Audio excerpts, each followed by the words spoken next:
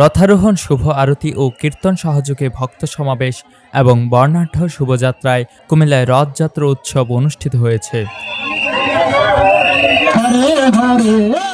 উৎসব ঘিরে বর্ণাঢ্য শোভাযাত্রায় হিন্দু সম্প্রদায়ের হাজারো মানুষ অংশগ্রহণ করেন। শিশু থেকে নারী, পুরুষ ও বৃদ্ধ সকল বয়সী মানুষ নেচে গিয়ে উৎসবটি উদযাপন করেন। হিন্দু রীতি অনুযায়ী ৩টি আলাদা রথে চড়ে জগন্নাথ, বলদেব ও সুভদ্রা দেবী জগন্নাথপুর শ্রী শ্রী জগন্নাথ দেবের মন্দির থেকে ঠাকুরপাড়া শ্রী শ্রী রাধাকৃষ্ণ গৌরনিতাই মন্দিরে বেড়ানোর উদ্দেশ্যে রওনা করেন।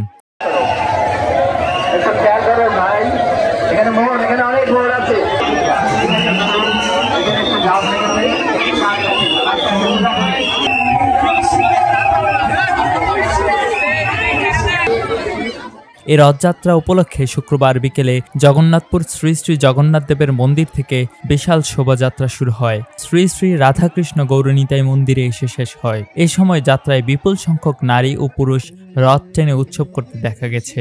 শ্রী শ্রী জগন্নাথ দেবের রথযাত্রা মহোৎসব উপলক্ষে শোভাযাত্রার পূর্বে আয়োজিত ভক্ত সমাবেশে প্রধান অতিথির বক্তব্য রাখেন বিএনপির চেয়ারপারসনের উপদেষ্টা হাজী আমিনুর রশিদ ইয়াসিন। আন্তর্জাতিক কৃষ্ণ ভাবনামৃত সংঘ ইসকন কুমিল্লার সভাপতি শ্রী সুকান্ত চক্রবর্তী সভাপতিত্বে ভক্ত সমাবেশে এ সময় উপস্থিত ছিলেন কুমিল্লার অতিরিক্ত জেলা প্রশাসক পঙ্কজ বড়ুয়া, মহানগর বিএনপি সভাপতি উদ্বাতুল বারী আবু, সাধারণ সম্পাদক ইউসুফ মোল্লা টিপু এবং হিন্দু সম্প্রদায়ের নেতৃবৃন্দ ও পুরোহিতগণ।